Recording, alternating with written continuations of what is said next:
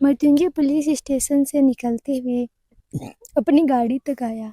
तभी उसके फ़ोन पर कुछ नोटिफिकेशन आया, जिसे देखकर उसके चेहरे पर टेढ़ी मुस्कान आ गई और वो वहाँ से निकल गया। कुछ देर बाद उसने अपनी गाड़ी एक रेस्टोरेंट के आगे रोकी। वह अंदर जाते हुए उसकी नज़र उस इंसान पर पड़ी, जिसे देखकर उसकी नज़रें सख्त हो गई। उसने अपने गुस्से को शांत करते हुए उसके सामने वाली चेयर निकाल कर बैठा। वहीं उसने उस लड़की को देखा तो वह मुस्कुराई और उत्साह से कहा, हाय। उसकी बातों को नज़रअंदाज करते हुए मृत्युंजय ने उसके सामने एक फ़ोन फेंका, जिसे वे सवालिया नज़रों से देखने लगी। उसने वो फ़ोन उठाकर जैसे ही उस स्क्रीन पर चल रहे वीडियो को देखा, वो हैरान हो गई। उसके चेहरे पर पसीने की बूंदें आने लगी। उसे ऐसे देख मृत्युंजय ने टेढ़ी मुस्कान लिए कहा, मिस विनीता, क्या आप ठीक है? विनीता ने उसकी ओर देखकर अपना थूक गटकते हुए कहा, ये वीडियो? जी, ये वीडियो। आप हैरान क्यों है? क्या आप नहीं जानती इस वीडियो के बारे में, या इसमें जो है वो आप नहीं है? उसके सवालों से विनीता ने अपनी गर्दन नीचे कर ली। उसे ऐसे देख मृत्युंजय के चेहरे के एक्सप्रेशन बदलने लगे। मृत्युंजय ने गुस्से में टेबल पर हाथ पटकते हुए कहा, हिम्मत कैसे हुई तुम्हारी उसके साथ ऐसा करने की? उसके गुस्से से विनीता ने डर से अपनी आंखें बंद कर ली। उसने डरते हुए ही कहा, वो मुझसे गलती हो गई। गलती? इसे तुम गलती कहती हो? किसी भी लड़की के बारे में तुम इतना घिनौना कैसे सोच सकती हो? उसकी परमिशन के बिना उसे ड्रग्स देकर किसी और के साथ?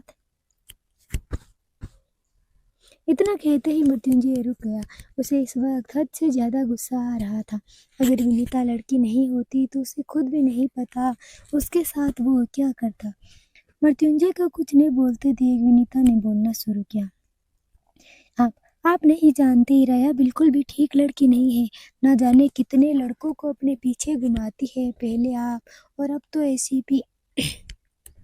तुमने अगर एक और शब्द उसके बारे में बोला तो आगे जो भी होगा उसके जिम्मेदार सिर्फ तुम ही होगी।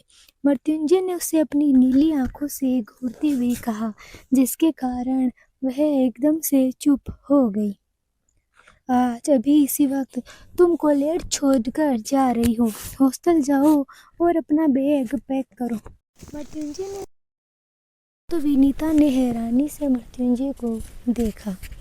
और मैं ऐसा कुछ नहीं करने वाली, आप ऐसा कैसे बोल सकते हैं? और अगर मैंने कॉलेज से बीच में छोड़ दिया तो मेरे स्टडीज़ और मेरे करियर का क्या होगा? ये तुम्हें पहले सोचना चाहिए था जब तुमने किसी लड़की को ड्रग्स देकर उसके साथ गलत करने का सोचा। उसके मुकाबले ये सज़ा बहुत छोटी है। अगर तुम कॉलेज छोड़कर राया की लाइफ से नहीं जाती हो तो फिर मुझे दूसरा तरीका अपनाना होगा। मृत्युंजय ने उठते हुए कहा कि कैसा तरीका? उसने उठते हुए डर वाले भाव से कहा, बहुत तरीके हैं मेरे पास। क्या हो अगर तुम्हारे खिलाफ इस सबूत से तुम्हें जेल भिजवा दूं, जिससे तुम्हारा करियर और तुम्हारी स्टडीज़ और तुम्हारी लाइफ सब बर्बाद हो जाएगा। फिर जैसा तुमने इराया के साथ किया वैसा ही कुछ तुम्हारे साथ हो तो? मृत्युंजय की धमकी भरे अंदाज से वो डर गई। वो पीछे हटते हुए मृत्युंजय की ओर देखकर कहती है, मैं आज ही कॉलेज छोड़ दूंगी। Good for you. ये कहकर उसने अपना फ़ोन टेबल से लिया। वे अपनी आंखों पर ग्लासेस पहनकर वहाँ से चला गया। Osama medical college. इराया का स्टडीज़ में बिल्कुल भी मन नहीं लग रहा था। उसे रह कर मृत्युंजय के साथ बिताए हुए पल याद आ रहे थे। उसने फ्रस्ट्रेट होकर किताब बंद की। तभी जोर से दरवाज़ा खोलते हुए विनीता अंदर आई। उसने इराया को इग्नोर करते हुए सूटकेस निकालकर अपने कपड़े पैक करना शुरू किए। उसे ऐसा करते देख इराया ने कहा, ये क्या कर रही है तू? विनीता ने उसका कोई जवाब ना देते हुए सारे कपड़े वे अपने सामान को सूटकेस में भरकर जाने लगी तो इराया ने उसके सूटकेस को पकड़ते हुए कहा, विनीता तू कहाँ जा रही है? अगर मैं तुमसे बात नहीं कर रही हूँ तो तुम्हें समझ नहीं आता मैं तुमसे बात करने में इंटरेस्टेड नहीं हूँ। यह कहकर उसने सूटकेस को उससे छुड़ाया तो इराया उसके सामने आकर खड़ी हो गई। मेरे रास्ते से हट जा इराया। नहीं हटूंगी जब तक बता नहीं देती यह सब पैक करके तू कहाँ जा रही है, तब तक नहीं हटूंगी। ठीक है, तो जानना चाहती है ना मैं कहाँ जा रही हूँ, तो मैं तुम्हें ज़रूर बताऊंगी।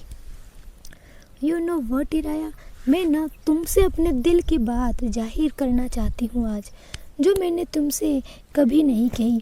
मुझे ना तुमसे बहुत ही ज़्यादा नफ़रत है, बेइंतहा नफ़रत है। नफ़रत मुझसे? पर क्यों? क्यों यही जानना है ना तो सुन। तेरी वजह से, सिर्फ और सिर्फ तेरी वजह से मुझे वो सब नहीं मिला जो मैं चाहती थी। जब तू मेरे साथ खड़ी होती है तो मुझे कोई नहीं देखता, ना किसी का ध्यान मुझ पर होता है, सब तुझे देखते हैं। मुझे कभी अटेंशन नहीं मिली। सिर्फ तेरी वजह से उन सब को मैं भूल भी जाऊं, पर तूने मेरे दोस्त तक को मुझसे छीन लिया। आरोही से पहले मैं मिली थी, वो मेरी फ्रेंड थी, पर तेरे आने के बाद वो तुझसे ज़्यादा करीब हो गई। रोहन, वो तो याद होगा ना तुम्हें? विनीता ने इराया से पूछा तो उसने हाँ कहा। वो तेरा बॉयफ्रेंड था, पर तुम्हारे आने के बाद उसने मुझसे ब्रेकअप करके तुम पर लाइन मारना शुरू कर दिया। बता ना इराया, क्या काला जादू करती है तुम लोगों पर? विनीता ने गुस्से से कहा।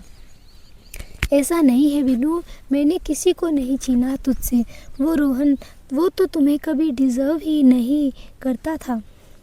ओ, तो अब तू डिसाइड करेगी कि कौन मुझे डिज़र्व करता है और कौन नहीं। तू मेरी बात को गलत समझ रही है, मेरा मतलब वो नहीं है। मैं कैसे समझाऊं तुझे? इराया ने अपने माथे पर हाथ रखकर परेशान होते हुए कहा। कुछ मत समझा तू मुझे, क्योंकि आज के बाद मैं तुम्हारी शक्ल देखना तक पसंद नहीं करूँगी। क्या मतलब है तेरा? मैं आज और इसी वक्त ये कॉलेज छोड़कर हमेशा हमेशा के लिए जा रही हूँ। व्हाट? इराया ने हैरानी से कहा। हाँ, खुशियाँ मना तू, बस मेरी बर्बादी की। तुमने मुझसे सब कुछ छीन लिया, सब कुछ, विनीता ने रोते हुए कहा। उसे रोते देख इराया उसकी तरफ बढ़ी तो विनीता ने हाथ से रुकने का इशारा किया, जिसे देख इराया ने दुखी स्वर में कहा, मुझसे नफ़रत है तो ये हॉस्टल रूम चेंज कर देती हूँ और तेरे सामने भी नहीं आऊँगी, पर तू ऐसे स्टडी को बीच में छोड़कर मत जा प्लीज़। मेरी वजह से अपना करियर ख़राब मत कर। हो गया तेरा, अब हट मेरे सामने से। उसने अपने आंसू पोंछकर इराया को रास्ते से हटाते हुए जोर का धक्का दिया, जिसके कारण वे दीवार से जा लगी। दीवार से लगने के कारण उसकी कोहनी में लगी तो वह दर्द से करा उठी। उसे बिना देखे विनीता अपना बैग लेकर वहाँ से चली गई। उसके जाने पर इराया वहीं नीचे बैठते हुए रोने लगी। उसका फ़ोन लगातार बज रहा था तो उसने पिक किया। तभी सामने से आरोही के चिल्लाने की आवाज़ आई। ओ हेलो महारानियों, तुम लोगों कहाँ हो? वो बेवकूफ़ विनीता फ़ोन उठा नहीं रही, तुम उठा रही हो। आरू, क्या हुआ इराया, तू रो रही है? आरू, मैं विनीता। क्या हुआ विनीता को, और तू रो क्यों रही है इराया? वो कॉलेज छोड़कर चली गई आरू, सिर्फ और सिर्फ मेरी वजह से, उसने रोते हुए कहा। व्हाट? ये सब कैसे हुआ इराया?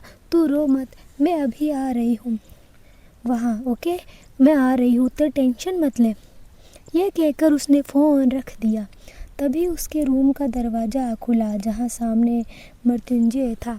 मृत्युंजय को इस समय वहाँ पर देखकर पहले तो इराया हैरान हुई, फिर वो एकदम भावुक होते हुए उठकर उसके सीने से लगते हुए ज़ोर ज़ोर से रोने लगी।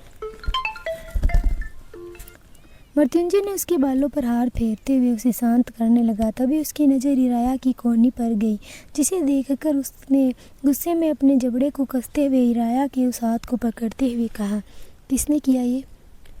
वो जाने दीजिए मृत्युंजय, आप बताइए आप यहाँ कैसे? इराया ने अपने आंसू पोंछते हुए कहा, मेरे सवाल का ये जवाब नहीं है इराया। मृत्युंजय ने उसे घूरते हुए कहा। विनीता ने, हिम्मत भी कैसी हुई उसकी? मृत्युंजय ने तेज आवाज में चिल्लाते हुए कहा, जिसके कारण इराया एकदम शॉक हो गई। उसने कभी मृत्युंजय को इतने गुस्से में नहीं देखा था।